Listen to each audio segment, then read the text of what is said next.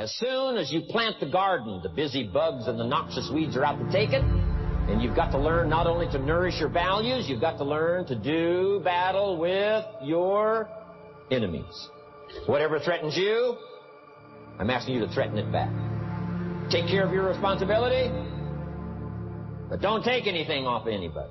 Somebody wants to destroy your chances for a good future by their negative talk, negative thinking, putting it all down. I'm telling you, walk away if you have to. Walk away. Whatever threatens you, threaten it back. Whatever threatens your opportunity, threaten it back. Now, some of our enemies are on the outside, but here's the most important thing to understand. Some of our enemies are on the inside. Let me give you a quick list. Indifference. You got to do battle with your own indifference. Boy, it's easy to coast, especially if you've accomplished something, extraordinary. Now, somebody says, I got to relax. Here's the key. Not too long. The weeds will take all you plant if you rest too long. Don't rest too long. Indecision. You got to make those decisions. The ones that don't turn out to be good gives you experience to make better decisions. Don't let much time go by without making some decisions. The ones that you can make quickly, make them quickly. The ones that take time, take your time. But get those decisions made. Don't let indecision be an enemy, rob you of the future, empty your bank account, leave you with zero in the purse. Don't let that happen. The next one is doubt. But I'm asking you not to pick up all those doubts. I'm asking you to have some faith, have some courage, believe. Drive your doubts into a small corner. Don't let them loose like a mad dog. Drive you into a small corner. Don't doubt the future. Don't doubt the possibilities. And here's the most important one of all. Don't doubt yourself. If I've got miracle-working power to change my life, so do you. If I've got the ability to change, so do you. If I've got the ability to read, so do you. If I can discover, so can you. If I can grow, you can grow. If I can develop, you can develop. If I can get an invitation like I got 6 years ago, help take something around the world, so can you. If I can stand on this platform, Idaho farm boy raised in obscurity, so can you. I'm asking you, don't sell yourself short. Here's the next one, worry. I'm asking you to drive worry into a small corner. You got to worry some. All this negative stuff serves some purpose, but the key is for you to be the master, not the servant. But here's what I'm asking you to do. You be the master of worry. Drive it into a small corner. Don't let it loose.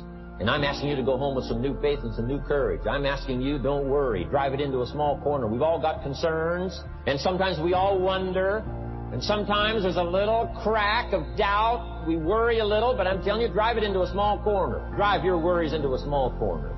A couple of more. Enemies of the mind you got to do battle with in the summer. One is pessimism that tries to get you only to see the negative side. Of course, there's the negative side. Life is part negative. What else is new? If the glass is half empty, it is half empty.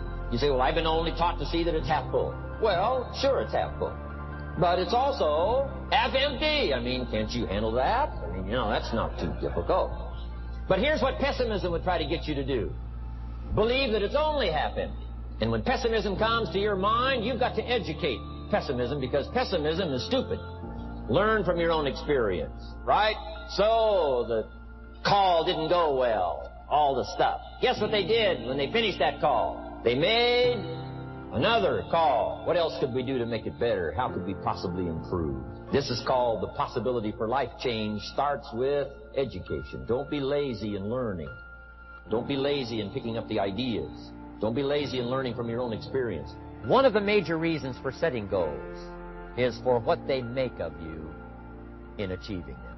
My teacher advised me when I first got started at age 25, he said, Jim, why don't you set a goal to become a millionaire? He said, it's got a nice ring to it, enough zeros to impress your accountant. And he said, I'm here to help you. You're only 25 years old. You've been to 1 year of college. You've got a beautiful family, every reason to do it. Why don't you set a goal to become a millionaire? And he said, here's why. And I thought, he doesn't need to teach me why. Wouldn't it be nice to have $1 million? He said, no, then you'll miss it. He said, here's why. For what it will make of you to achieve it. I'm telling you, that statement changed my life. Set the kind of goals that will make something of you to achieve it. He said, now, once you become a millionaire, what's important is not the money. I thought, that's kind of strange teaching. He said, honest, it isn't important. He said, you could just give the money away. Now, I did better than that. I lost it all. By the time I was 31, I was a millionaire. By the time I was 33, I was broke. But when I lost all my money, guess what? I found out Mr. Shope was right. What was valuable was not the money. What was valuable was what I became to earn the money. The skills I had, the knowledge I had about the marketplace, the values that I had going for me. They were more valuable than the money. And here's an important statement to remember. It's not what you get that makes you valuable. It's what you become. So part of the key here is to set the kind of goals that will make something of you. Don't set them too low so that you don't have to grow and you don't have to read and you don't have to try and you don't have to stretch. Don't set them too low. And then don't sell out. Don't go for something that's going to cost you your virtue or cost you your values or sell out your principles. There's a good middle road here to follow. Goals that will inspire, goals that will help you grow, change, develop, and become better than you are. The power of extraordinary performance and demanding of yourself excellent results. This is so important. If you want to live extraordinary, you must do extraordinary. If you want an extraordinary income, you must do extraordinary things. If you want an extraordinary fortune, you must go with the demands of what it takes to have that fortune. If we would ask of ourselves that kind of performance, and you've got to ask it of yourself.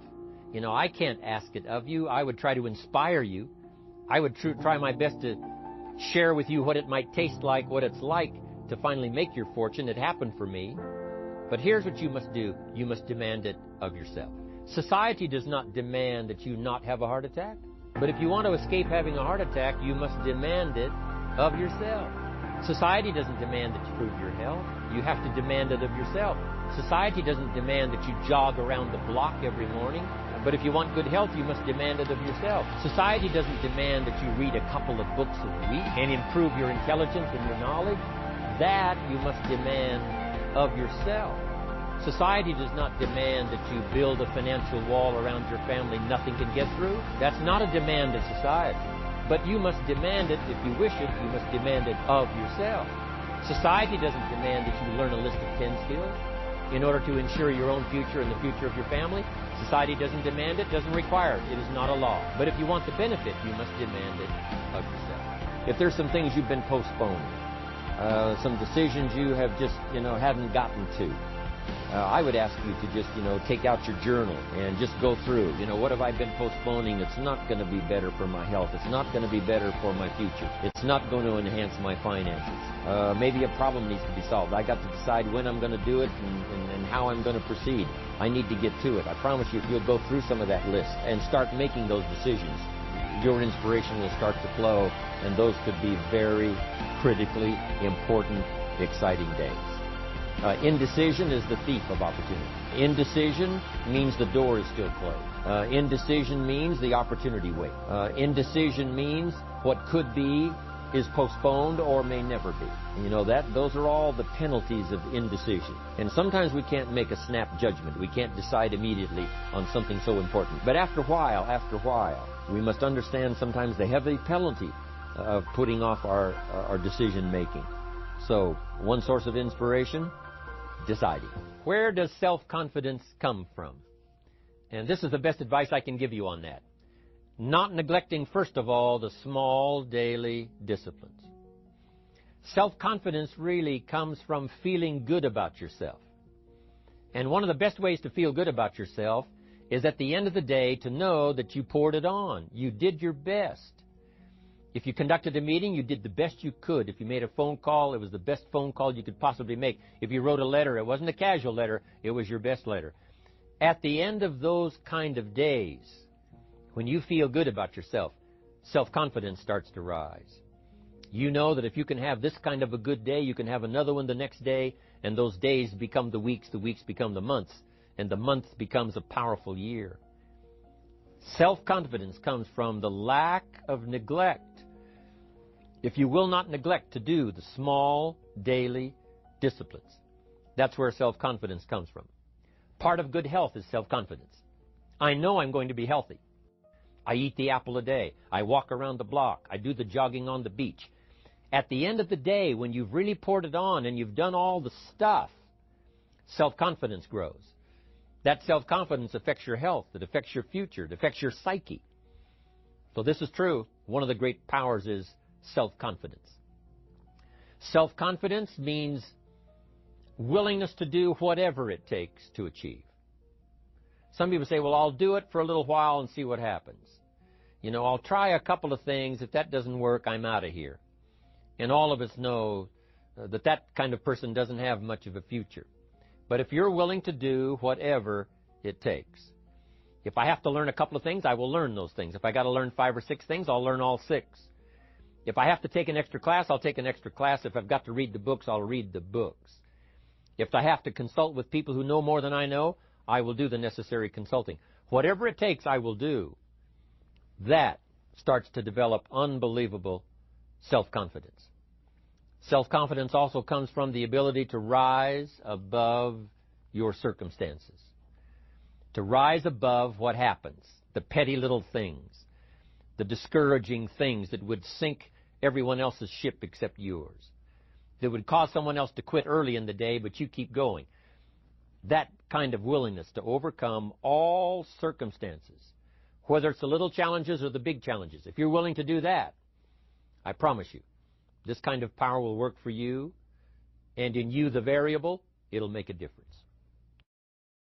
Somebody once said, if you took all the money in the world, divided it up equally among everybody, it would soon all be back in the same pockets. Incredible. Success is something you attract, not something you pursue. Success is looking for a good place to stay. So instead of going after it, you work on yourself. Personal development. See, the major question to ask on the job is not what are you getting. The major question to ask on the job is what are you becoming? See, the big question is not what am I getting paid here. The big question is what am I becoming here? Because true happiness is not contained in what you get. Happiness is contained in what you become. Of all the assignments Mr. Shoaff gave me at age 25, this was probably the most difficult. In fact, I'm still working on this one. I think it's an unending challenge to see what you can become. The major key to your better future is you. For a big share of my life now, I didn't have this one quite figured out. Among a lot of things I didn't have quite figured out. Many things used to puzzle me back in those early days. I used to wonder why 2 people could work for the same company, one make twice as much money. Now, see, that used to puzzle me. And maybe they were the same age, graduated from the same school, live in the same community, work for the same company, with the same products and the same services. They've got the same traffic, the same problems, and one makes $1,000 a month, the other one makes $2,000 a month. Now, that was my puzzling question. Why would this long list be the same and the money twice as much? I asked, what's the difference between $1,000 a month and $2,000 a month? And I don't mean $1,000 a month, right? I could figure that out. But what makes the difference? Why would one person do twice as well, 3 times as well? Speaking economically. Now, I know there's more than one way to do well. I understand that. But in this little narrow area called compensation, what's the difference? Well, back then, with my faulty thinking, I'm trying to reason it out. I thought, well, maybe time makes some of the difference, right? Some people do better because they have more time. I used to say, Harold ought to be able to do well. He's got a lot of time. If I had all of Harold's time, I could do well. Now, that's got to be dumb, right? Number one, you can't get somebody else's time. A guy says to me one time, he says, you know, if I had some extra time, I could make some extra money. I said, then forget it. There isn't any extra time. Hey, when the clock strikes 12 midnight, that about wraps it up, right? I mean, you can look around the gongs there for a little more, but it's over. You say to the guy, what are you doing? He says, I'm looking for extra time. See, they'll come and take you away, right? There isn't any more time. Now, if you can't get more time, which you can't, what could you get more of that would make a difference in economic results? And here's the key word. Make it a part of your note. The word is value. And I have a little phrase for your notes. Value makes the difference in results. Value makes the difference. You can't get more time, but you can create more value. Now, here's the first lesson of economics. Everybody should learn it from the time they're old enough to understand what a dollar means. How to earn one, how to get one, how to keep one, what to do with it. First lesson of economics. we primarily get paid for value. That's lesson one. Bringing value to the marketplace, that's how you get paid. You don't get paid for the time. I know it takes time to bring value to the marketplace, but you get paid for the value, not the time. Now, since that's true, here's one of the key questions of the evening. Is it possible to become twice as valuable at the marketplace and make twice as much money in the same time? Could you become 3 times as valuable? Make 3 times as much money in the same time? Is that possible? The answer is yes, if. And it's always if, right? Life is known as the big if. Harry Truman once said, life is iffy. How true. And here's the big if we're going to consider it tonight. It's possible to do much better at the marketplace if you go to work primarily on yourself. Learning to work primarily on yourself. People have asked me for the last 24 years, how do you develop an above-average income? And the answer is, become an above-average person.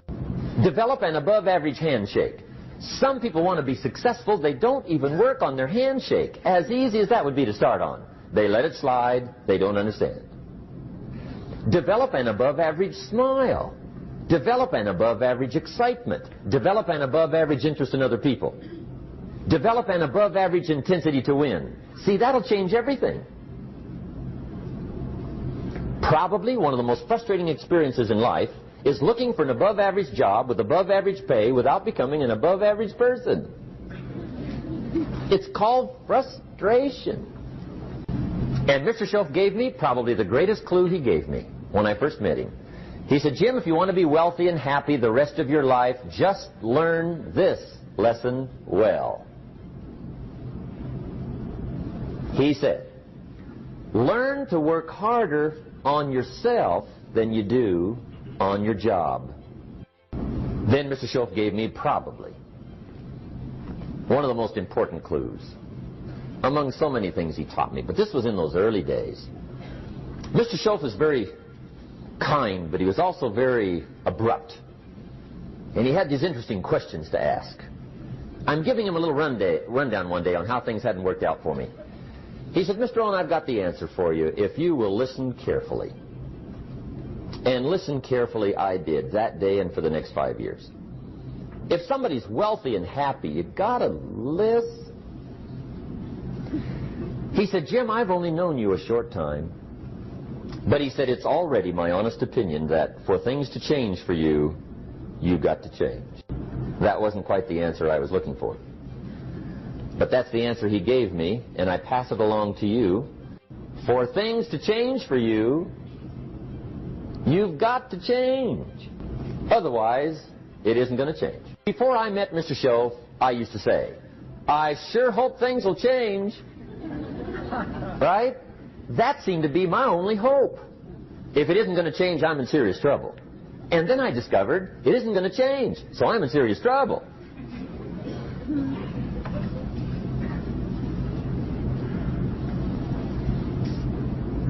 See, I can tell you what the 80s are going to be like. You have dropped into the right place. I did a seminar one time for Standard Oil executives and management in Honolulu. And we're having a conference one day on this big conference table.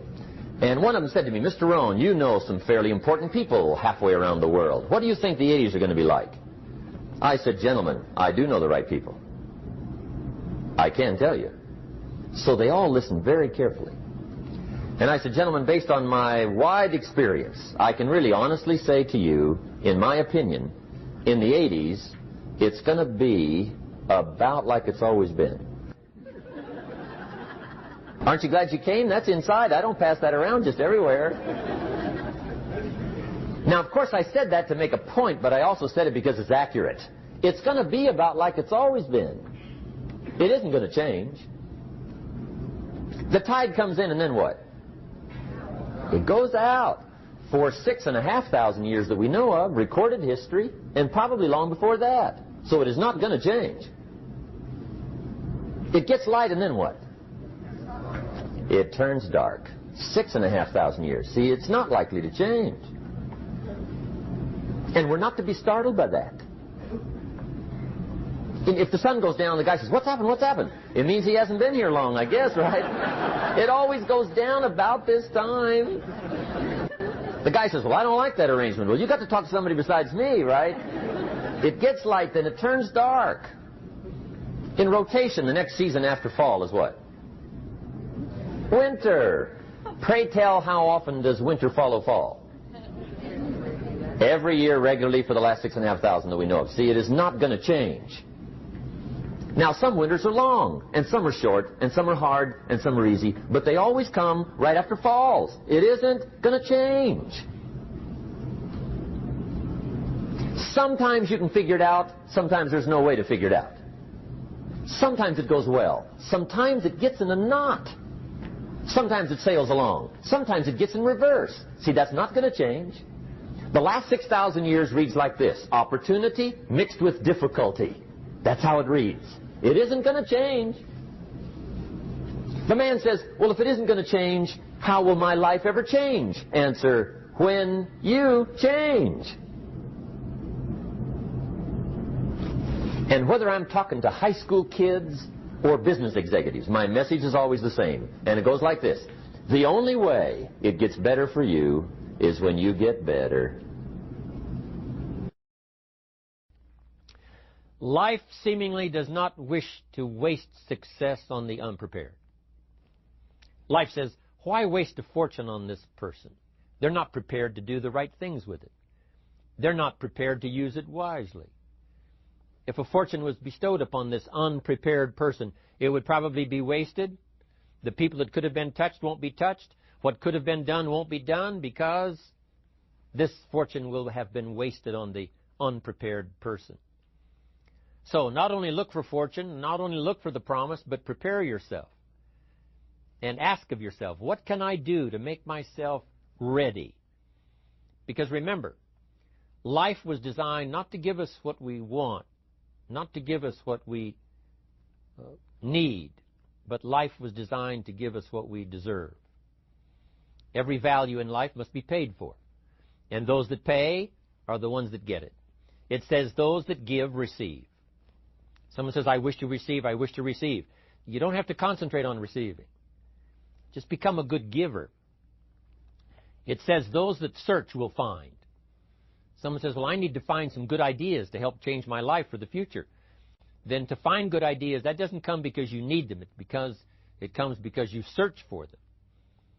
If you want good ideas, you've got to go after them. You've got to go to the class. You've got to go to the workshop. You've got to go to the training. Go to the book, right? You've got to go to the journal, right? Go where good ideas are being taught. Go searching, go looking, because good ideas are not going to be wasted on those that are not seeking, searching, well prepared.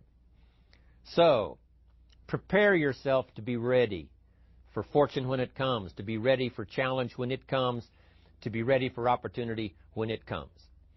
Opportunity comes along and passes by the person that is not well prepared. I want to prepare myself this year for next year.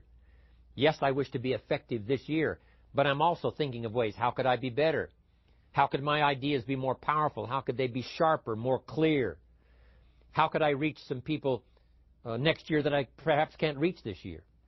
I haven't reached deep enough into my own soul to affect some people. Some people just pass by and say, "Hey, what a good speech." But how could I make it stronger than that, deeper than that, more powerful than that? I cannot be as powerful as I could be next year. You know, you can't go to the 10th grade in the 5th grade.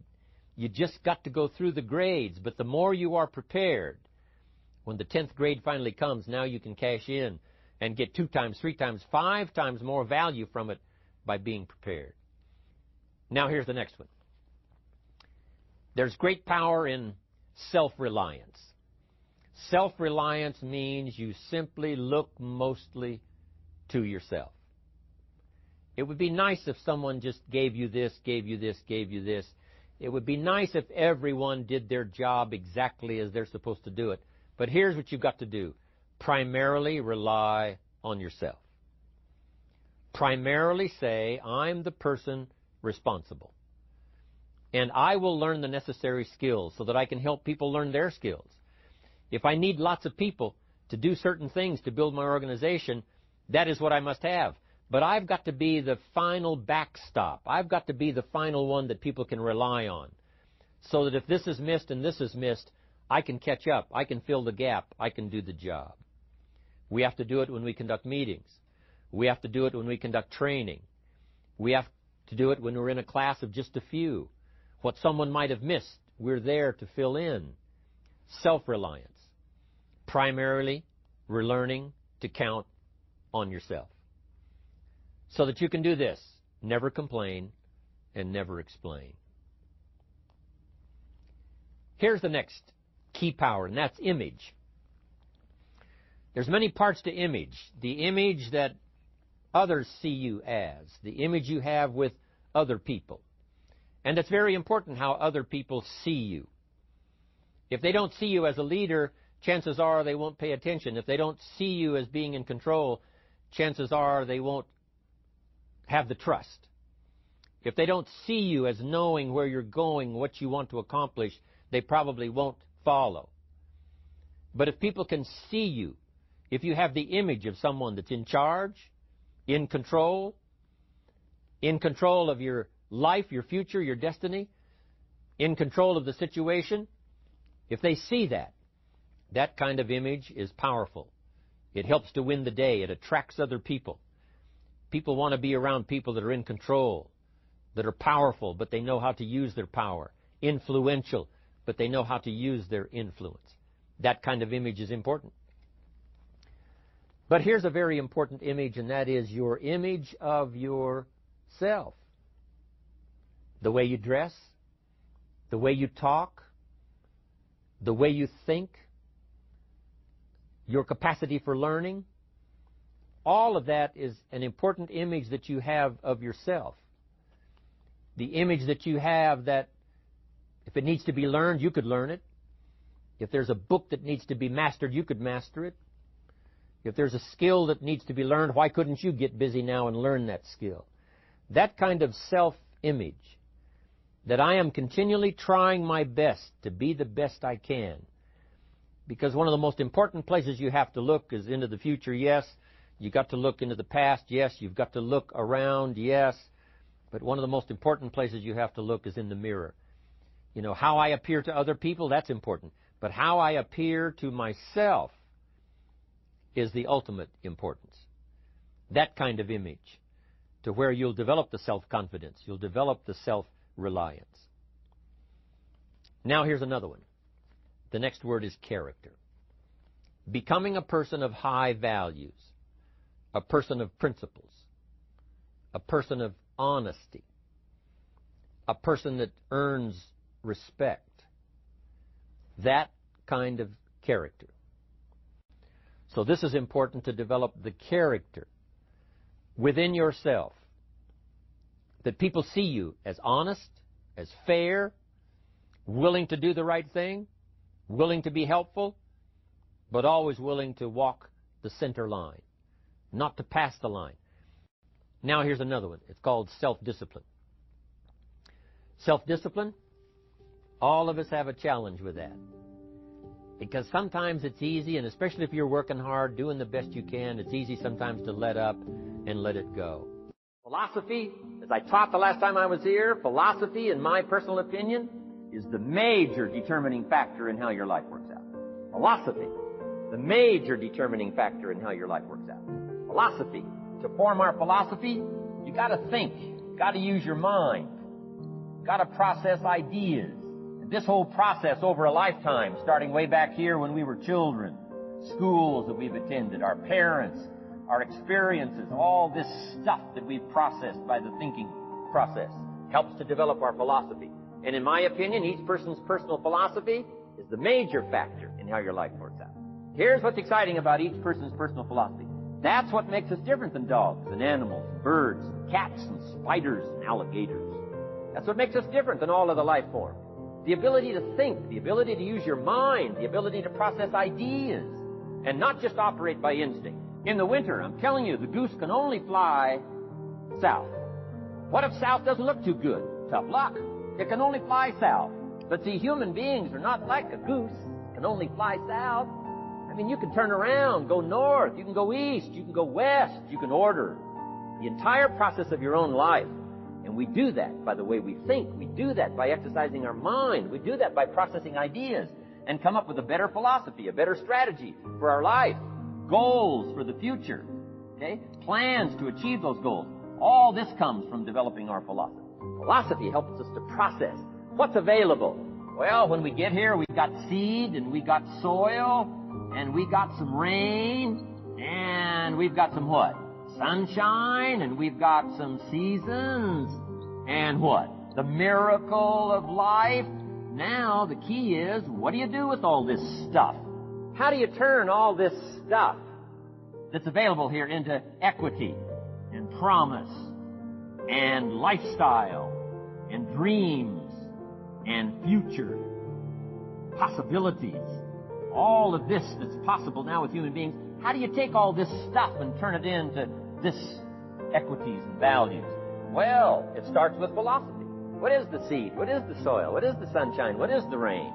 Is it possible to take some of each of all the stuff that's available and turn it into food and turn it into value and turn it into nourishment, turn it into something spectacular and unique that no other life form can do? And the answer is yes.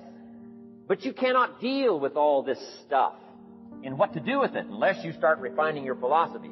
Think, use your mind, come up with ideas, and strengthen your philosophy. So the seed and the soil and the rain and the sunshine, this is called, the economy and the banks and the money and the schools and everything that's available out there, processing information, what to do with all that, and turn it into equity and value. That is the major challenge of life, my personal opinion. So each person's personal philosophy now is going to determine what you're going to do with seed and soil and sunshine and rain and miracle, the change of season. Activity. This is the work part, the labor part, taking action. The activity is the miracle working piece. Miracle being something we don't quite understand how it works. Doesn't mean it doesn't work. It means we just don't quite understand how it works. Miracles work. Turning wisdom from your philosophy and inspiration, strengthening of attitude, faith, courage, commitment, all this stuff that comes from attitude. If you're willing to take these two qualities, philosophy and attitude, and invest it into activity, you can have a miracle. Anything short of that, no miracle. Wisdom doesn't perform a miracle. Attitude doesn't perform a miracle. The only thing that performs a miracle of increase called equity is called putting wisdom and attitude into discipline, into labor. This labor now can perform a miracle. And here's the two parts to the labor. One, do what you can. Number two, do the best you can. Can't give you better advice than that. Number one, do what you can. You just got to go home and make a list after today. And here's the question to ask as you make this personal list. What am I not doing that would be easy to do? That could greatly change my health, my wealth? What am I not doing I'm neglecting that would be easy to do? Let's go home and answer that question personally. You don't have to put the answers on a public bulletin board. This is just all personal stuff. Errors in judgment, disaster. A few simple disciplines, wealth beyond imagining. And if you'll pick up the activity part, the miracle working part, plant the seed part, take care of your part. The soil will take care of its part. The seed will take care of its part. Seasons will take care of their part. The miracle will take care of its part. If you'll take care of your part, called putting it into activity, action. Works miracles, results. Every once in a while, you got to take a measure, see how you're doing with these three pieces: philosophy, attitude, activity. Now we take a measure called results. What is the results at the end of the day, the results at the end of the week? You can't let too much time go by without checking.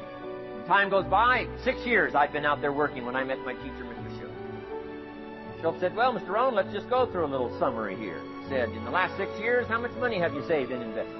Let's go through a little tab list here. How much money have you saved and invested the last 6 years? I said, what? 0. He said, you have messed up. He said, how many books have you read in the last 90 days? I said, what? 0. Wisdom of the world available? Change your life, change your future? Wisdom of the world available, develop any skill you want, earn the kind of income you want, have all the treasures you want, equities you want, relationship with your family that you want, everything that you want available, and the wisdom of the world to help you get it haven't read any books in the last 90 days. My teacher said, Mr. Rohn, you have messed up. I'm telling you, you've got the deal. Schultz said, Mr. Rohn, in the last 6 months, how many classes have you taken to improve your skills or to develop new skills? How many classes have you taken in the last 6 months? I said, how many? 0. He said, you have messed up. You don't need to unmess the country. You don't need to straighten out the perplexed. You don't need to straighten out any of this stuff. All you've got to do is look within and let results teach you a great deal about your own activity, your own attitude, and your own philosophy. I went through that process. Take this phrase home. Results is the name of the game. What other game is there? And I'm telling you, if you'll start with that, it's called the process of life change, and it doesn't matter how small the process is to start. One discipline starts it, and then one discipline feeds another, and the first thing you know, you've got this whole cycle in an upward positive motion. And it's called life change. It's called income change. It's called health change. Relationship with your family change. Equities unprecedented that you can have in numbers that will stagger the imagination if you do not curse what's available and start amending what's possible to get the results that you want. I don't think I can put it in any better way. He said, it's not what happens that determines the major part of your future. It's not what happens. What happens, happens to us all. He said, the key is what you do about it. It's not what happens, it's what you do about it. And he said, if you will start that process of change, do something different the next 90 days than you did the last 90 days, like picking up the books to read. Do something different, like the new health disciplines, relationship with your family, whatever it is, doesn't matter how small it is. If you'll start doing different things with the same circumstances, since we cannot change the circumstances, but we can change ourselves. We can change what we do.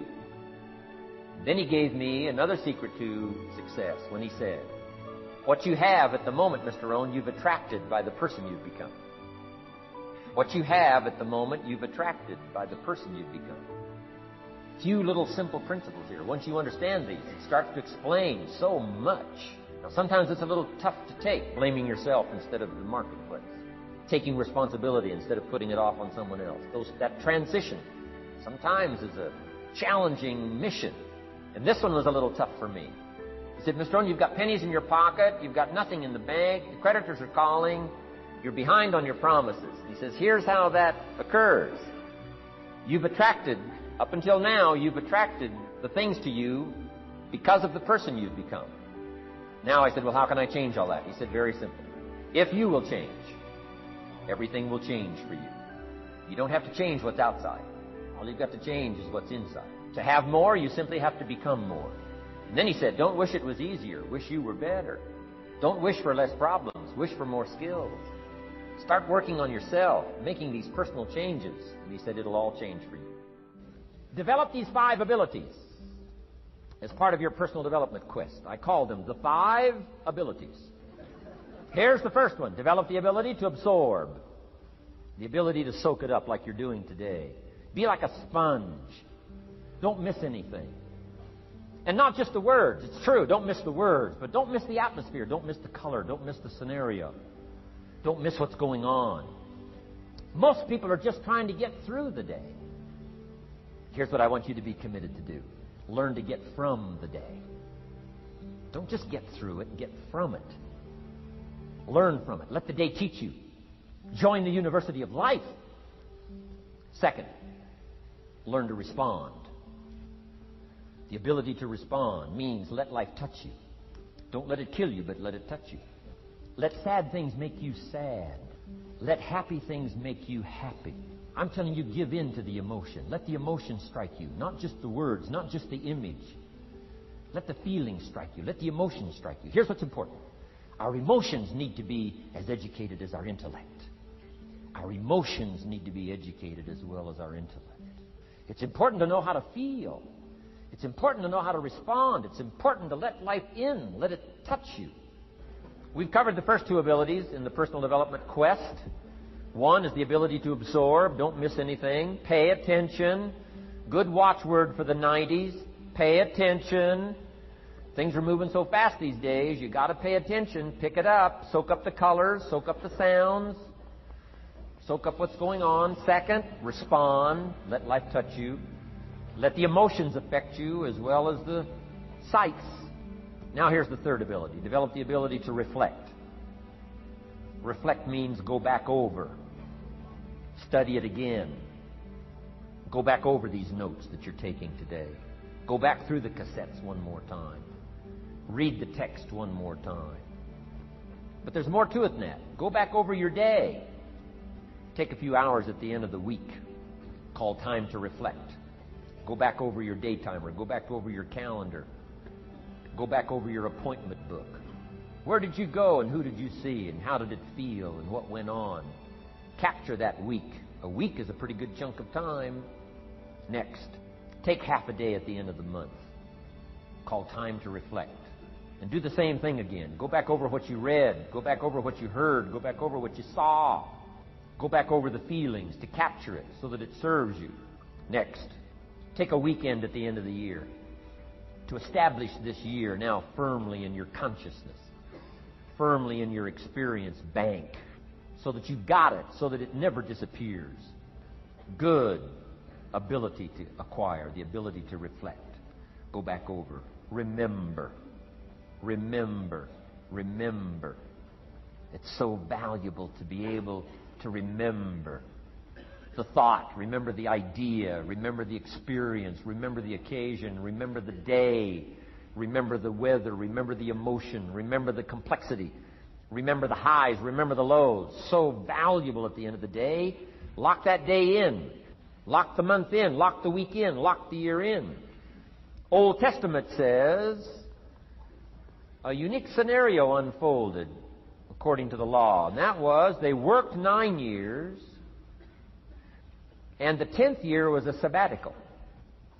The 10th year, work 9, take the 10th year, and not just to relax, not just to replenish, not maybe just to get physically in shape. Change of pace, we call it in the modern society, but not just for that. I'm sure that in ancient days, that sabbatical was to go over the last 9 years, what went right and what went wrong, and what worked well and what didn't work well. And how did you grow, and how did you learn, and how did you change, and what have you got now after 9 years that you didn't have at the beginning of the 9 years? See, that's so valuable. A sabbatical. A sabbatical. Some time. Some time. There's also something to be said for solitude when you reflect. Sometimes you can reflect with somebody. Husband and wife reflect on the past year. Right? Parents reflect with their children on the past year. How did we do it, and how didn't we do it, and how could we improve?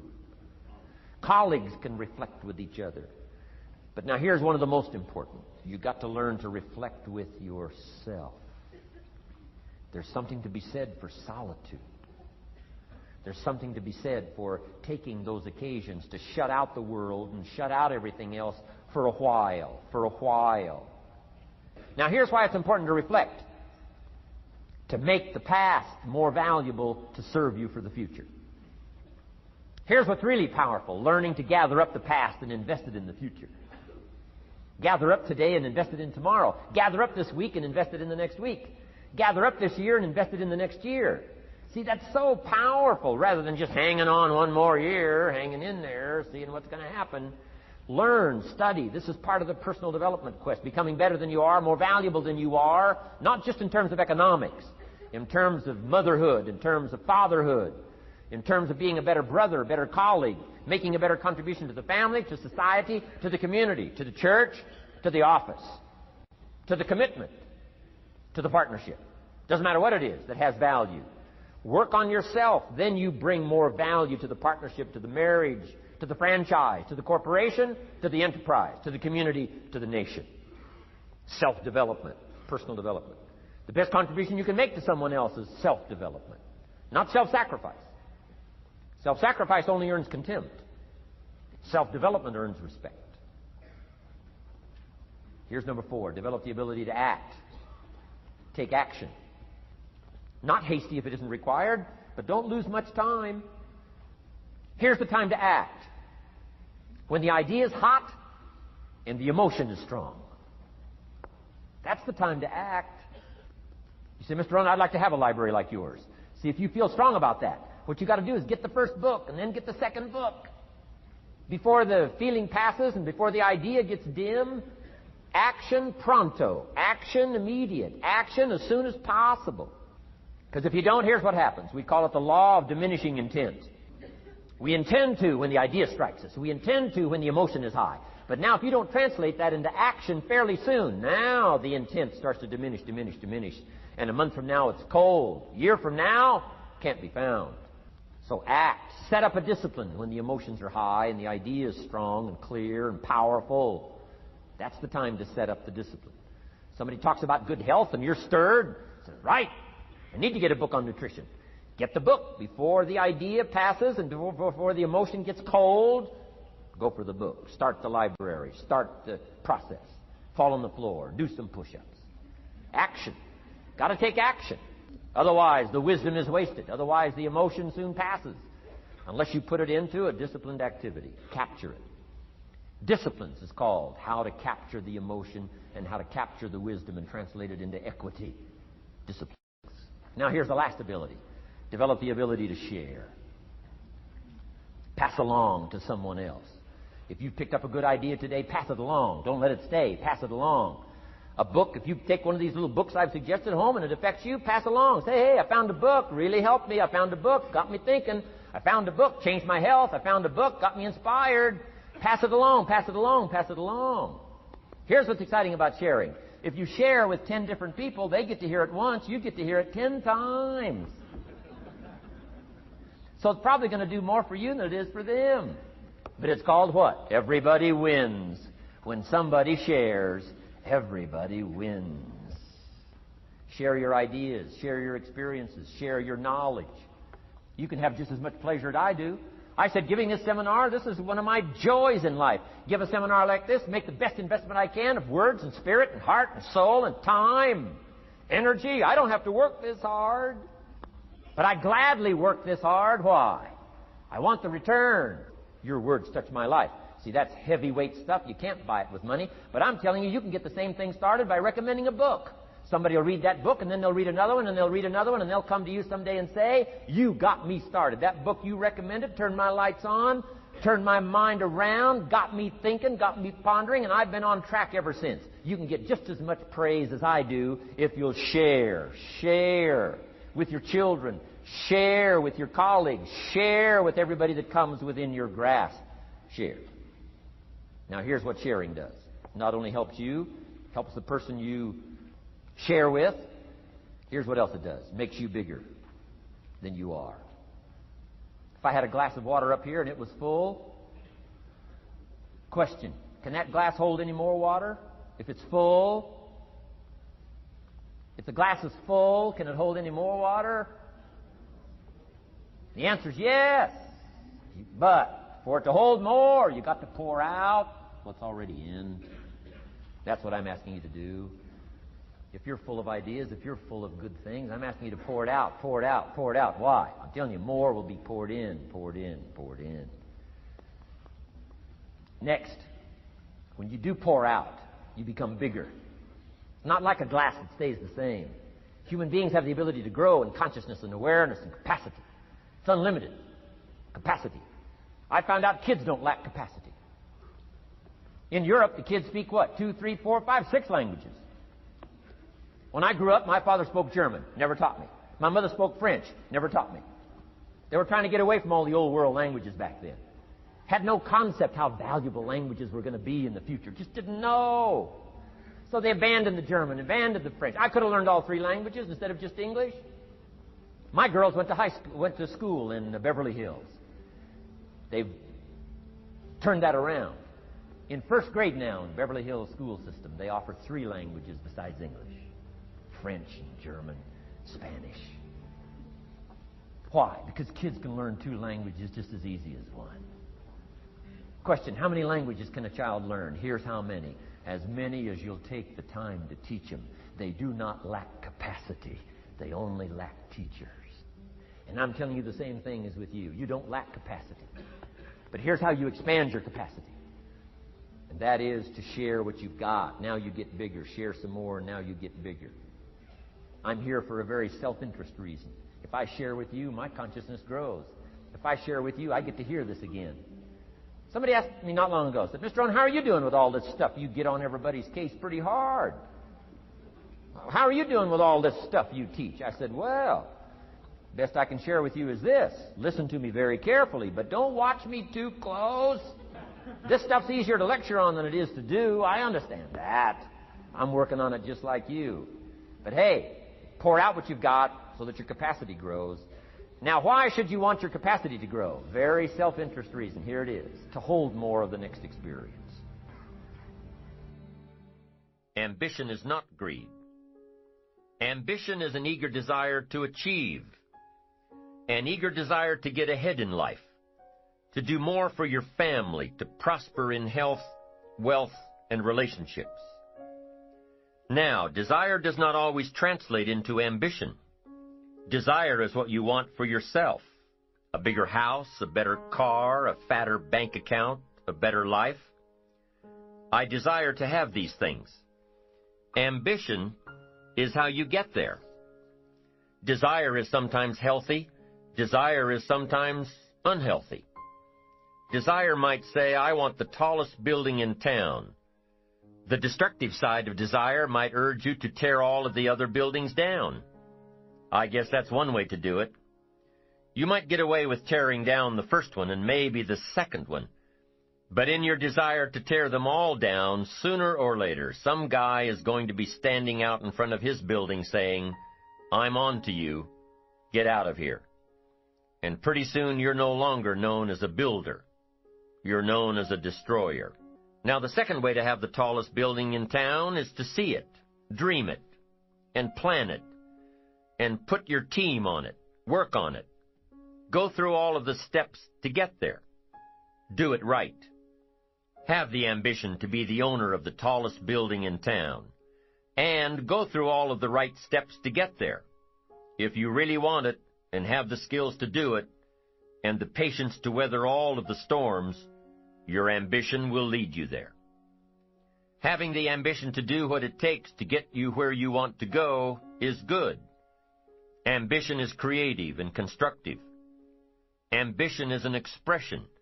It's something inside of you want to express in a positive way. I'm sure you have dreams of accomplishing great things. Are you ambitious enough to realize these dreams? Are your dreams strong enough to pull you toward your future? Are they vivid enough to see the end result now? Are they worthy of doing until you get there? What are your reasons for creating these dreams? Reasons vary from person to person. I bet if you did a little soul searching, you could come up with a fairly strong list. The list of reasons.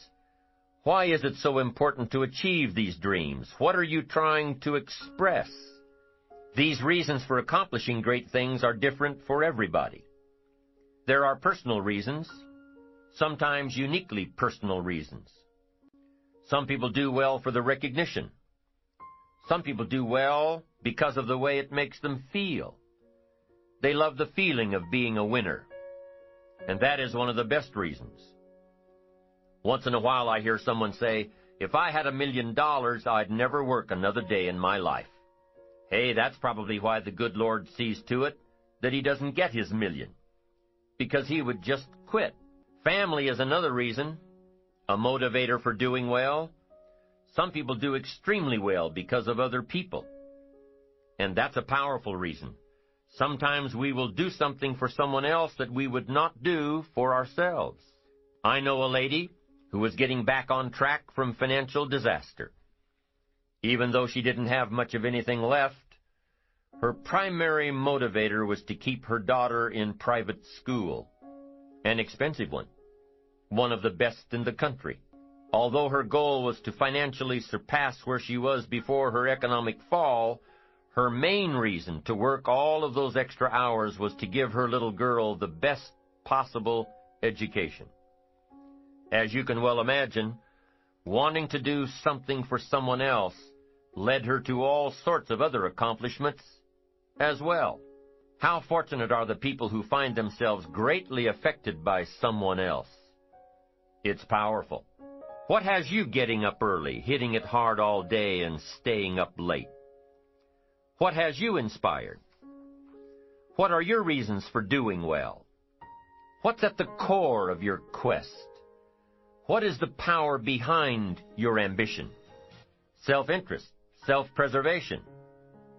As human beings, we can't help but be interested in our own self-preservation.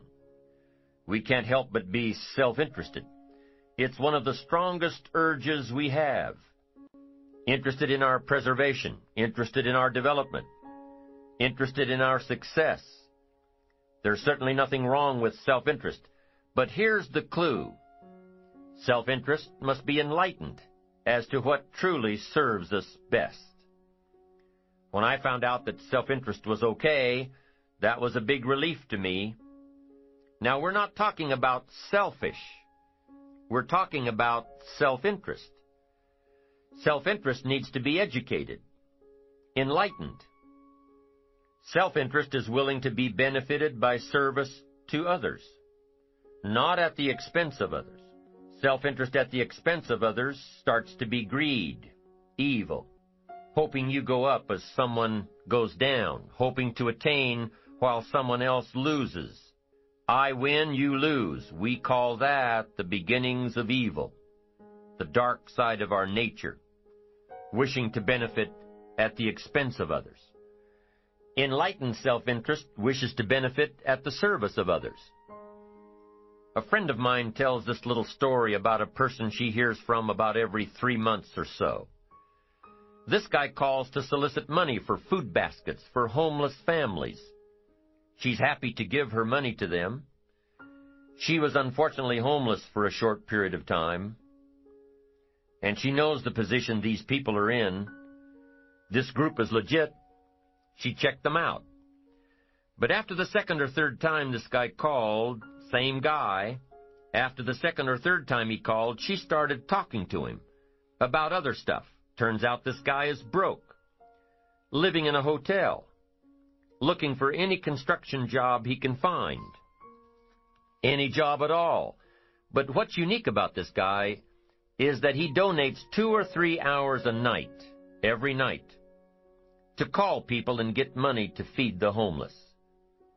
Every night, from his hotel room. Now, most people would say this guy should use those hours every night to work a second job or a third job. But while he's way down on the ladder of success, he feels it's important to help those less fortunate than he is. He has a roof over his head. He makes enough to feed himself. And my friend says that every time she talks to this guy, every 2 or 3 months, he's doing better.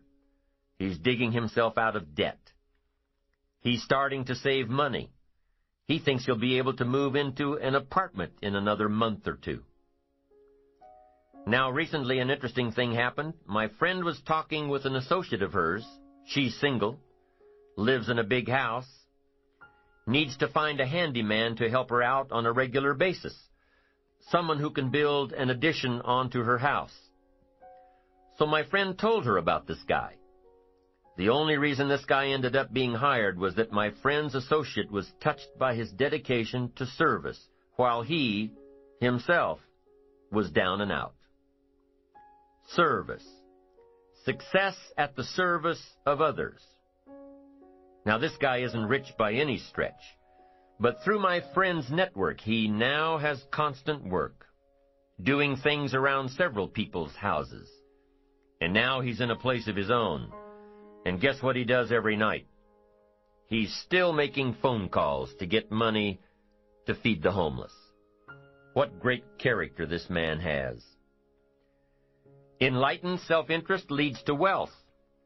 Self-preservation leads to poverty. Somebody says, well, I can't be concerned about other people. I have to pay attention to myself. Well, then you'll always have to.